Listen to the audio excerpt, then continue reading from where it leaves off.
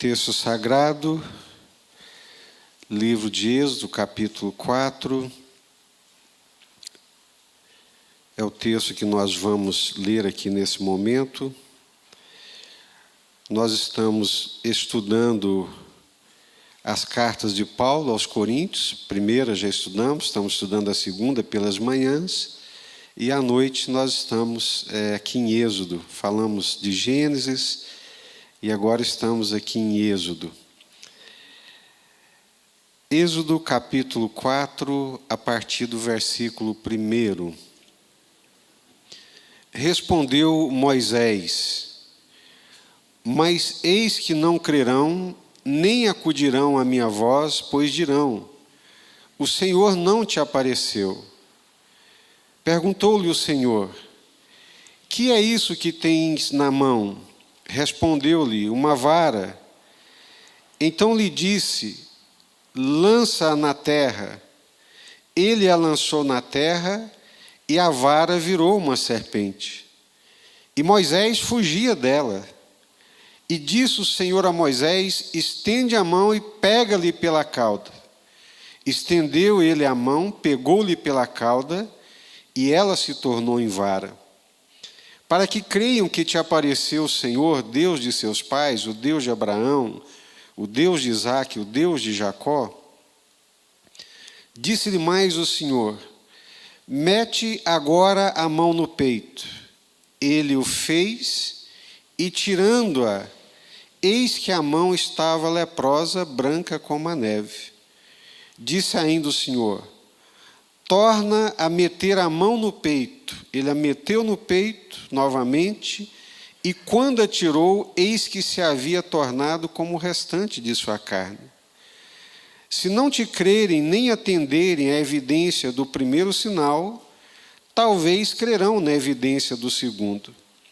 Se nem ainda crerem mediante esses dois sinais, nem te ouvirem a voz, tomarás das águas do rio e as derramarás na terra seca. E as águas que do rio tomares tornar-se-ão em sangue sobre a terra. Então disse Moisés ao Senhor: ah, Senhor, eu nunca fui eloquente, nem outrora, nem depois que falaste a teu servo, pois sou pesado de boca e pesado de língua. Respondeu-lhe o Senhor: quem fez a boca do homem? Ou quem faz o mudo, ou o surdo, ou o que vê, ou o cego? Não sou eu o Senhor? Vai, pois, agora, e eu serei com a tua boca, e te ensinarei o que hás de falar. Ele, porém, respondeu: ah, Senhor, envia aquele que hás de enviar, menos a mim. Então se acendeu a ira do Senhor contra Moisés, e disse: não é Arão, o levita, teu irmão? Eu sei que ele fala fluentemente. Eis que ele sai ao teu encontro e, vendo-te, se alegrará em seu coração. Tu, pois, lhe falarás e lhe porás na boca as palavras. Eu serei com a tua boca e com a dele, e vos ensinareis o que deveis fazer. Ele falará por ti ao povo, ele te será por boca, e tu lhe serás por Deus. Toma, pois, esta vara na mão, com a qual hás de fazer os sinais. Vamos orar? Senhor, graças te damos de todo o nosso coração, por mais essa oportunidade que nos concede de estarmos aqui, diante da tua presença. Nesses dias, Senhor, aprendemos muito a valorizar a alegria do ajuntamento, a alegria de congregar, a alegria da comunhão com os nossos irmãos. Por isso, Pai, nós te louvamos por esse momento aqui, pela presença dos irmãos que aqui estão, por aqueles que acompanham, que estão conosco através da internet, conectados todos nós no mesmo coração, no mesmo espírito, no mesmo sentimento, que é o desejo de te adorar, te glorificar, mas também ouvir a tua palavra. E nós queremos te pedir agora, Senhor, fale conosco, fale ao nosso coração. Homem nenhum pode alcançar e transformar o coração do outro. Eu não posso, nenhum outro homem pode. Mas o Senhor pode. O teu Espírito Santo pode, a tua palavra pode. Então fale, Senhor, ao nosso coração aqui nessa noite. Tira os impedimentos, as barreiras, as distrações, a indiferença, a dureza de coração, a dureza de ouvido. Tira tudo isso e permita-nos, pela tua graça, ouvirmos a tua palavra. Livra-nos também das perturbações e inquietações do maligno, que vem para roubar a palavra do Senhor. Repreendemos, ó Deus, toda ação demoníaca, em nome do Senhor Jesus, e rogamos mais uma vez, dá-nos a tua palavra, Pai. Amém. Os planos de Deus não podem ser frustrados. As promessas de Deus, todas elas serão cumpridas. Deus não é homem para que minta. Então, quando Deus promete algo, quando Deus faz uma promessa, nós podemos crer e confiar de todo o nosso coração, porque Ele não é homem. Ele não mente, Ele não é mutável. Deus não pensa uma coisa hoje e amanhã vai pensar outra diferente. Deus também não é homem no sentido de que aquilo que Ele prometeu, Ele é poderoso para levar a cabo. Um dos salmos diz assim: não confiem nos homens, ainda que sejam príncipes, porque sai-lhes o espírito e perecem todos os seus desígnios. Então, bons homens, podem fazer boas promessas e ter hoje o poder para realizar essa promessa. Mas de hoje para amanhã, eles podem morrer. Sai-lhes o espírito e acabou a capacidade de levar a cabo aquilo que prometeram. Mas o Senhor não. O Senhor não morre, o Senhor não passa, o Senhor é imutável, o Senhor é eterno, o Senhor é poderoso e tudo aquilo que Ele prometeu, Ele tem poder para concretizar. Nenhuma das promessas de Deus, ao seu povo, escritas na sua palavra, cairão por terra, porque Ele tem poder, Ele é poderoso para levar a cabo tudo aquilo que prometeu. E Deus fez uma promessa a Abraão, a mesma promessa Deus a repassou para Isaac, e a mesma promessa de Abraão a Isaac, a Jacó e a toda a descendência de Israel.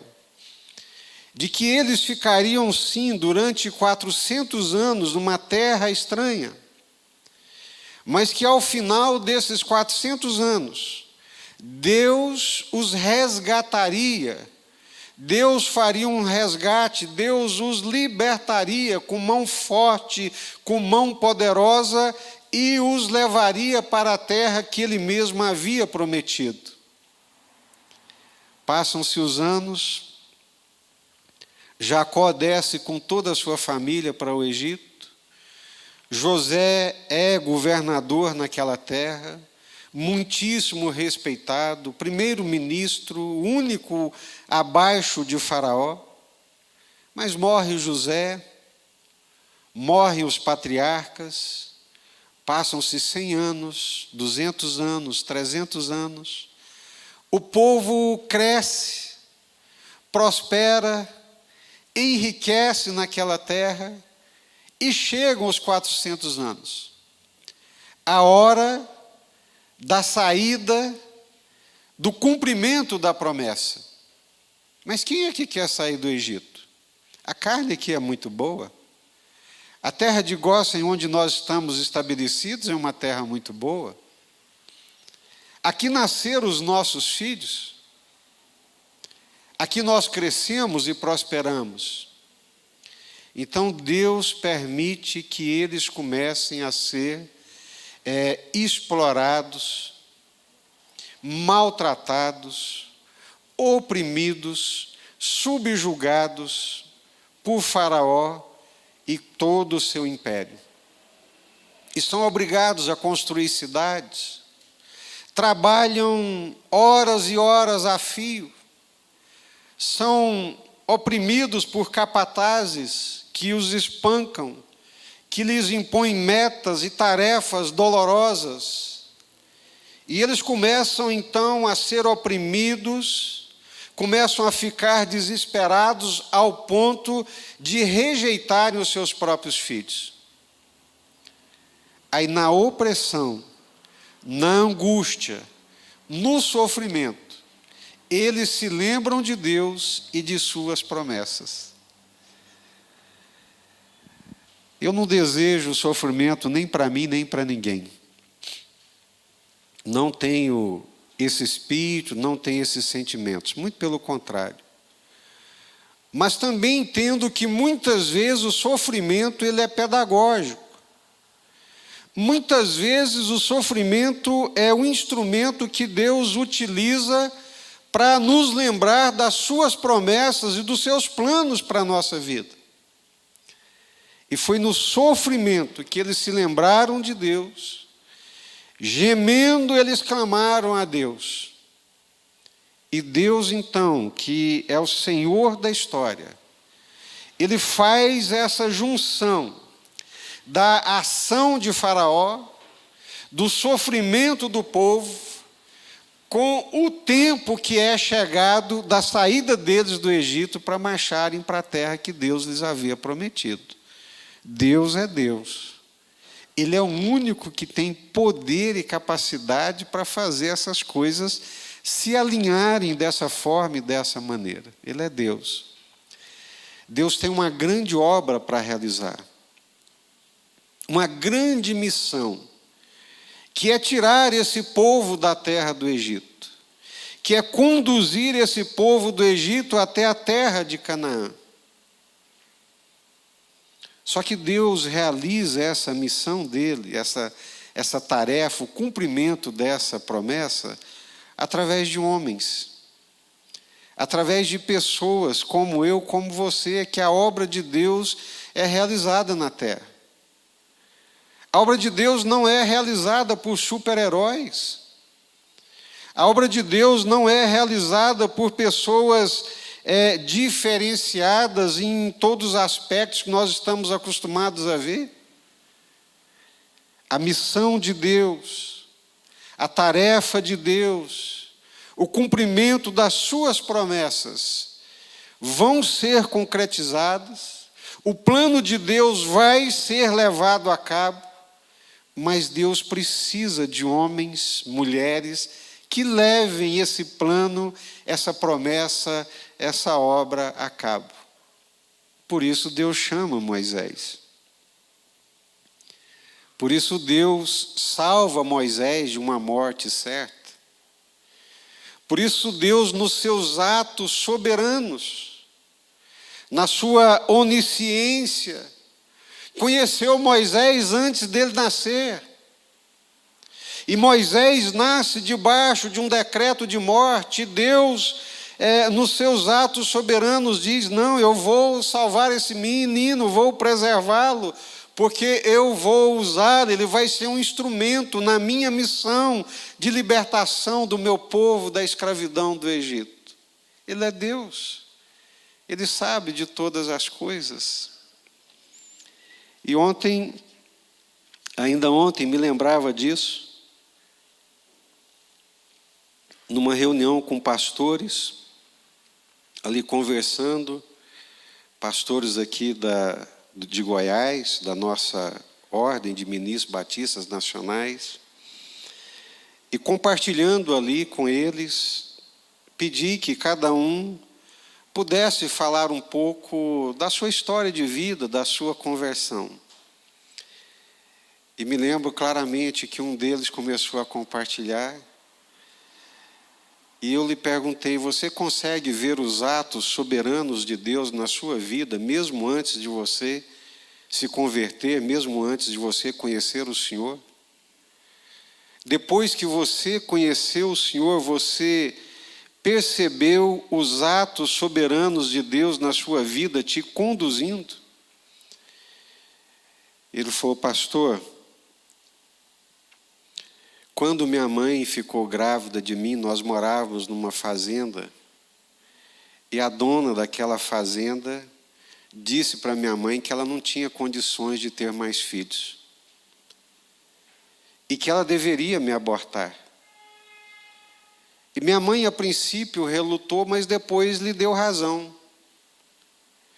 E marchou para a farmácia com o nome de uma injeção, que eu não sei qual era, que aquela fazendeira, aquela senhora lhe havia dado.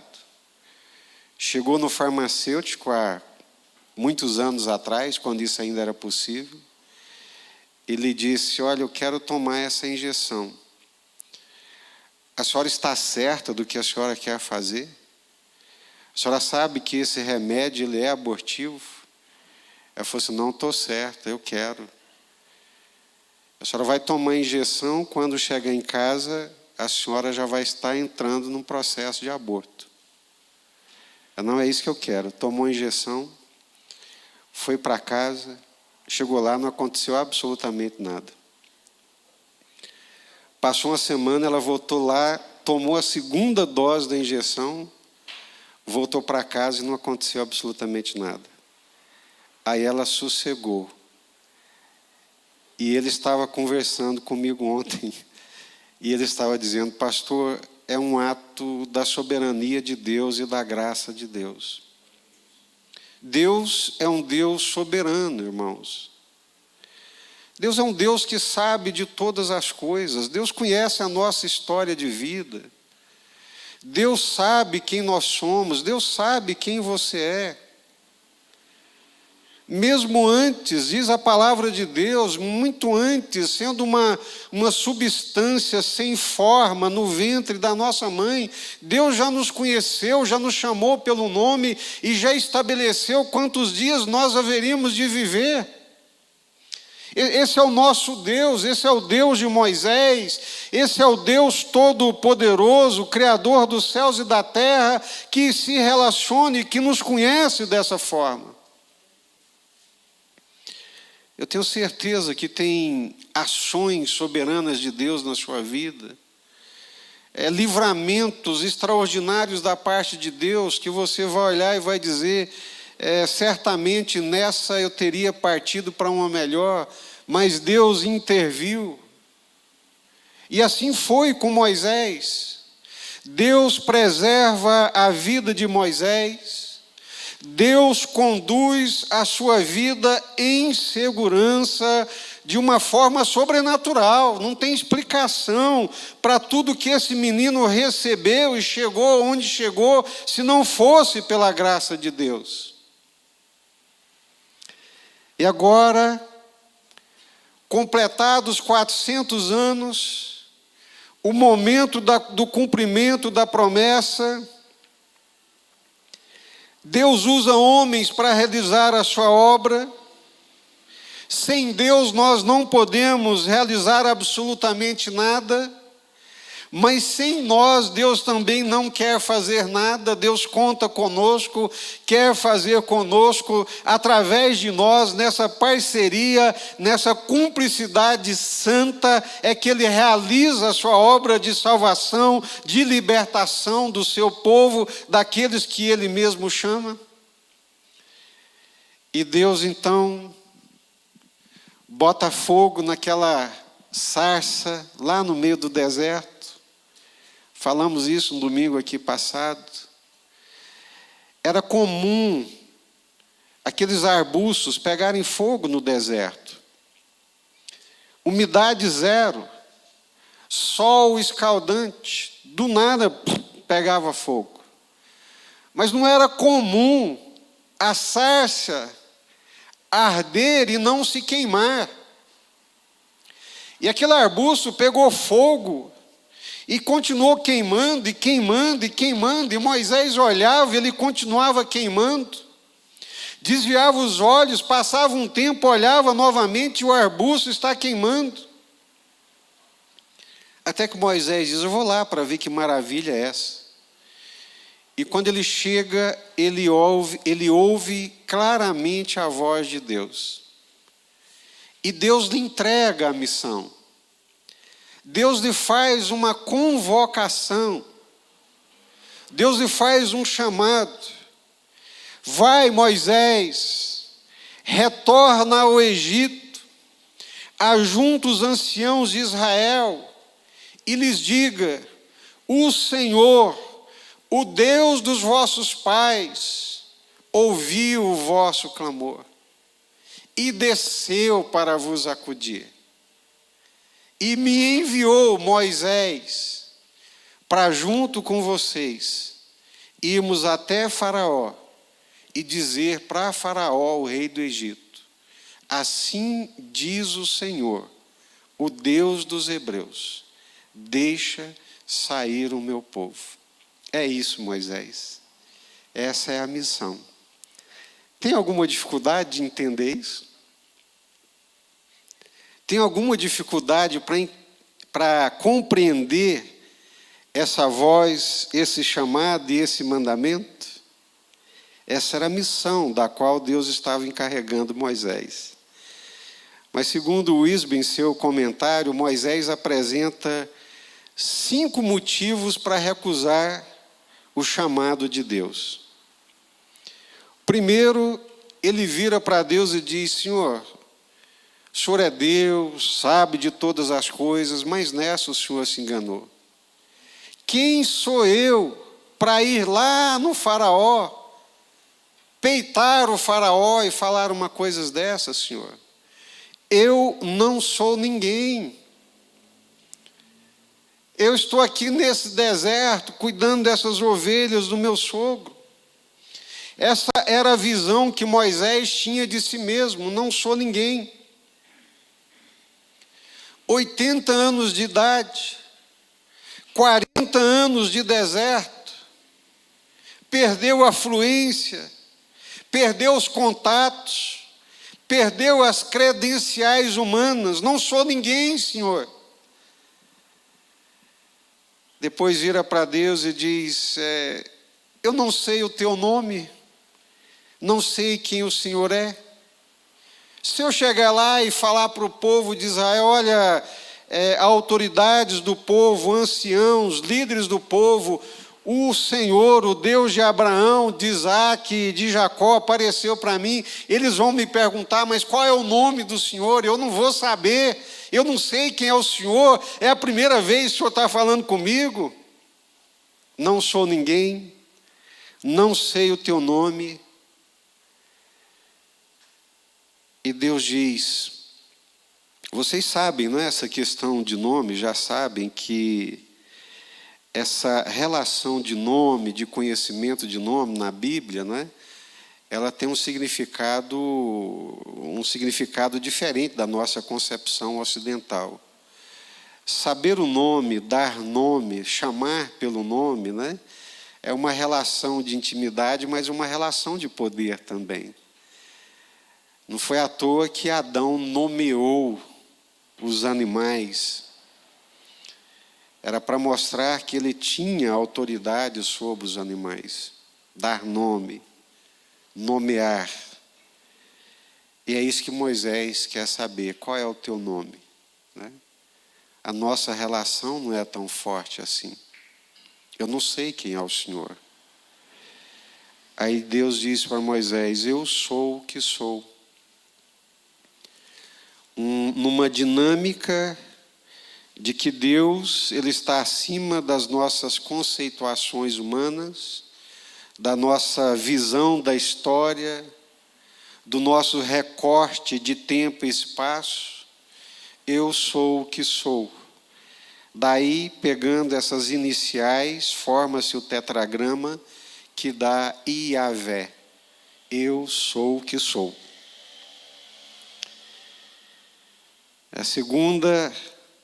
Segundo argumento de Moisés é esse: eu não sei o teu nome. E Deus diz: você nunca vai saber. Você só vai saber de mim o que eu te revelar. Eu sou o que sou. Vai lá e fala para o povo: eu sou, apareceu para mim. E é exatamente esse nome que Jesus vai usar depois, lá no Evangelho de João, muitas vezes, né? Eu sou o caminho. Eu sou a verdade, eu sou a vida, eu sou o pão da vida, eu sou a luz do mundo, eu sou. Deus é. A terceira recusa, o terceiro argumento para recusar que Moisés apresenta é o que nós acabamos de ler aqui no versículo 1. Os anciãos não crerão em mim. Eu não sou ninguém, eu não tenho tanta intimidade assim com o Senhor. Eu vou chegar lá e vou dizer, olha, Deus me apareceu. Eles vão me apedrejar. De onde é que você caiu? De onde é que Deus falou para você e não falou conosco primeiro? De jeito, estou fora, Senhor, eles não vão crer em mim. Quarto argumento. Eu não sou um orador eloquente. Eu não tenho a arte da oratória, Senhor.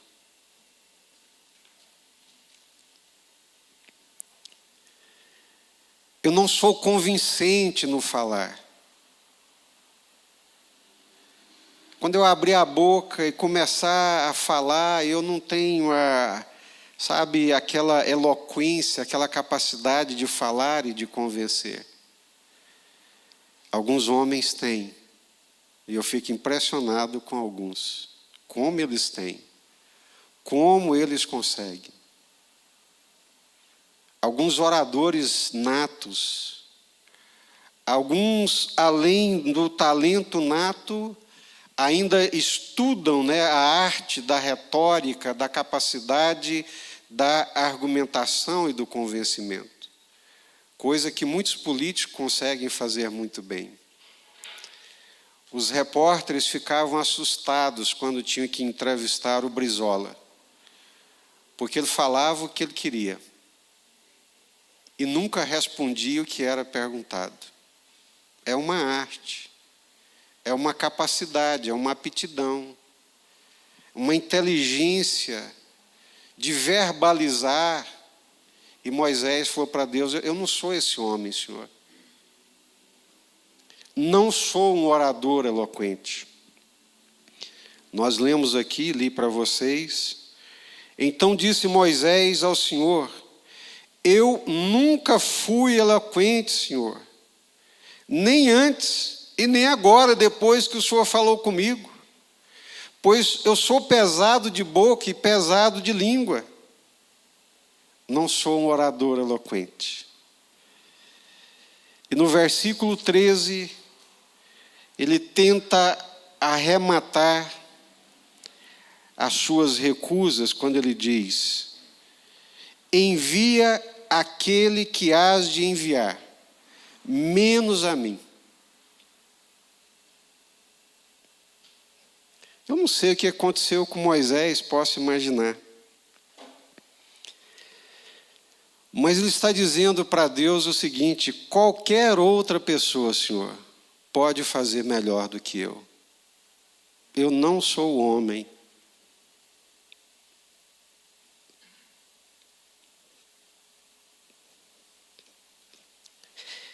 Eu não sou o homem adequado para essa tarefa.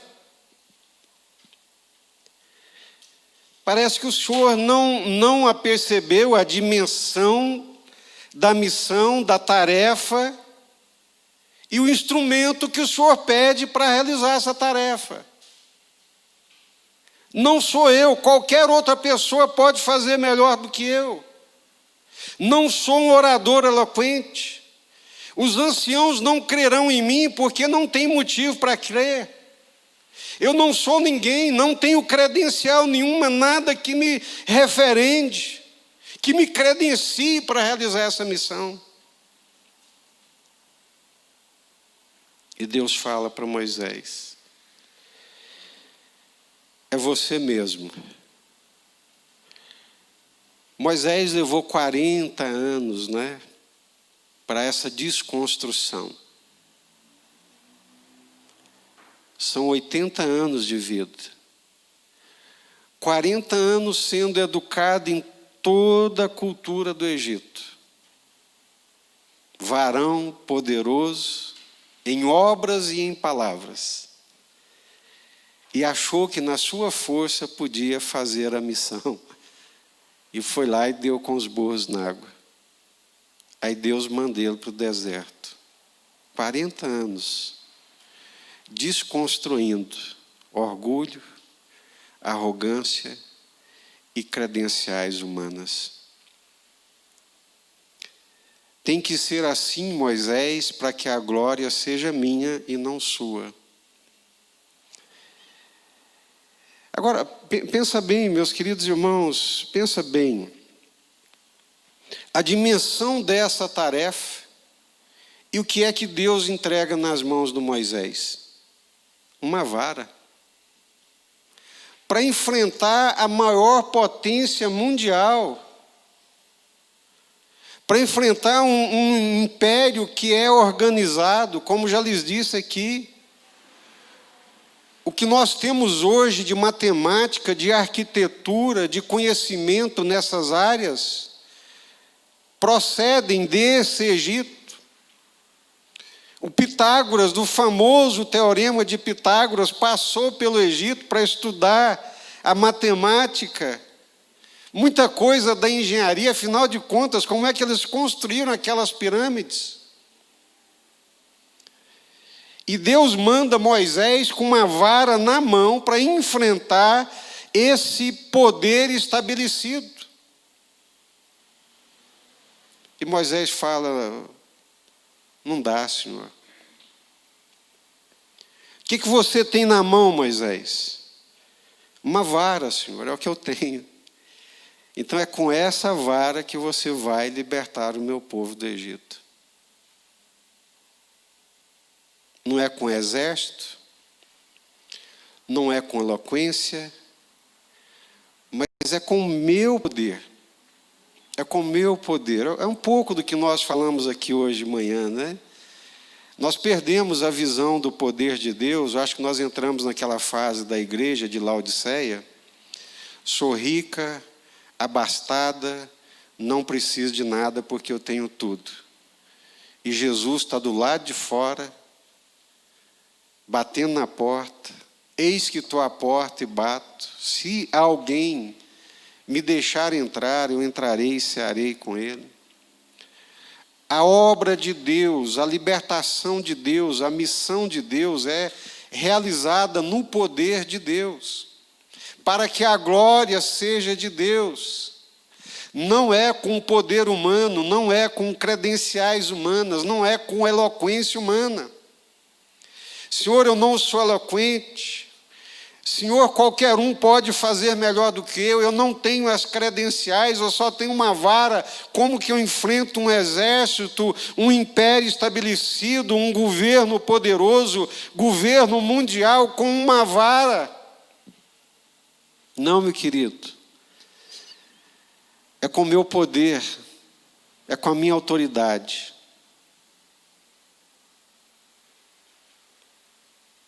É no poder do meu nome.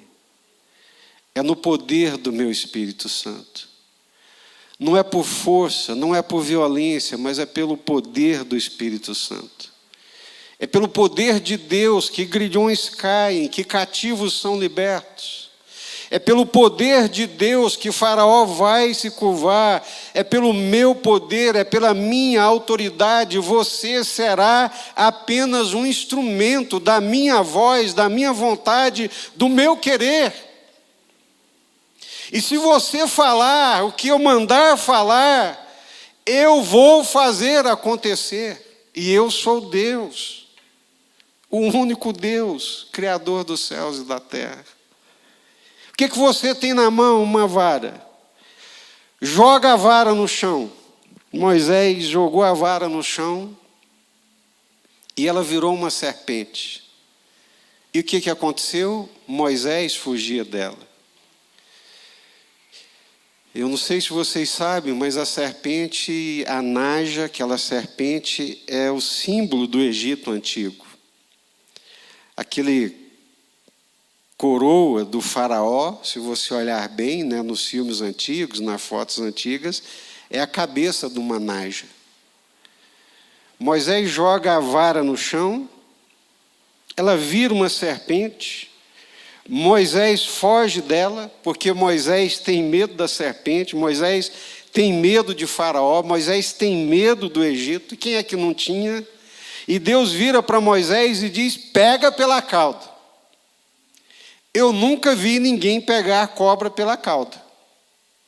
Todo mundo pega a cobra pela cabeça. Você vai lá e pega a cabeça dela, porque se você pegar pela cauda, ela vira e te dá o bote, não é assim? E o Senhor diz para Moisés: você vai pegar pela cauda. Aquela serpente nada mais, nada menos é do que um símbolo de Faraó com seu poderio. Moisés tem medo do Egito, Moisés tem medo do Faraó. O medo paralisa, o medo nos acovarda, o medo nos impede de cumprir a missão de Deus e a vontade de Deus. E Moisés tinha medo da grande serpente que era o Faraó. Pega pela cauda. E ele teve coragem e obedeceu. Quando ele pegou, a serpente virou a vara novamente na mão dele, né? É assim que Deus faz. Muito dos nossos medos não passam de ilusões. E Satanás é perito nessa arte de assustar a gente, de amedrontar, para nos paralisar, para nos acovardar, e para que não façamos a obra de Deus, a vontade de Deus e a missão de Deus. É tudo ilusão, é tudo uma ação psicológica do maligno.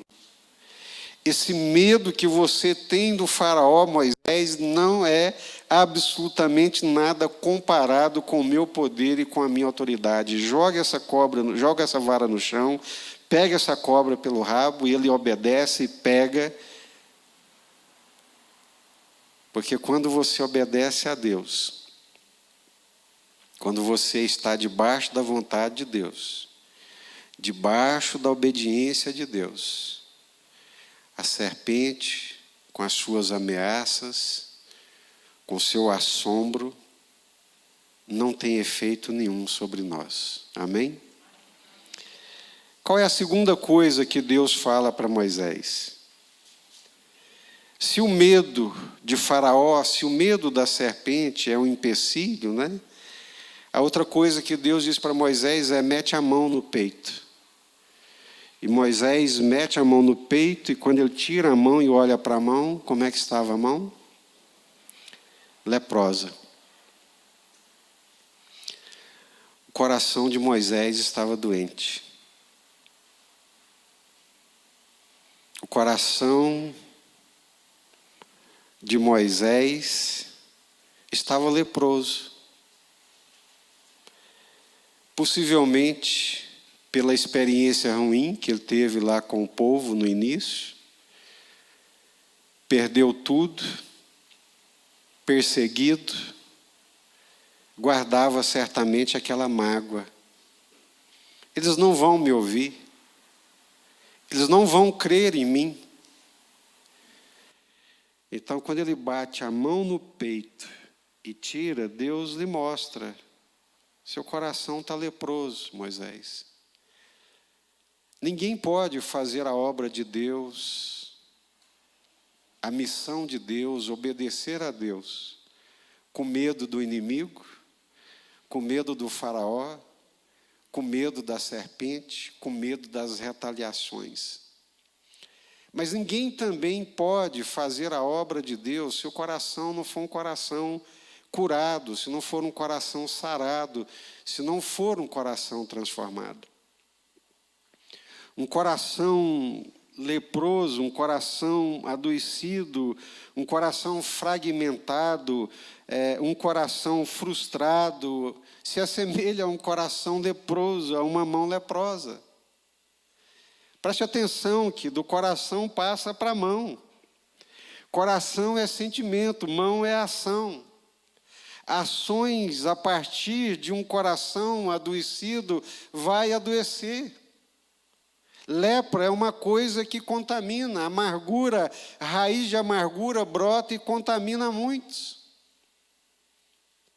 Não é à toa que o Spurgeon vai dizer que o instrumento de trabalho de um obreiro de Deus, de um pastor, de um missionário, de um obreiro de Deus, é o seu coração. E se o coração for doente, as ações serão adoecidas. Por isso que Deus fala: Moisés, mete a mão no teu peito e veja, o coração é ruim, o coração é leproso, a mão também fica leprosa, as ações também contaminarão. Então Deus tem que libertar Moisés do medo da serpente, do medo de Faraó, dos seus medos, como Deus tem que curar também o coração de Moisés, para que ele seja um instrumento poderoso para a glória de Deus. Moisés é considerado como um dos maiores líderes de todos os tempos. Isso é fato. A liderança secular reconhece isso. É alguém que tira, já falei inúmeras vezes, no mínimo 3 milhões de pessoas, caminha com elas pelo deserto durante 40 anos, consegue transformar esse bando numa nação, com código, com constituição, código jurídico, com uma religião e com governo estabelecido.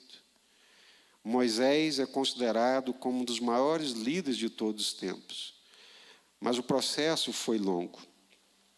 O preparo de Deus para a transformação desse homem num grande servo, obreiro da missão, obreiro de Deus, foi longo.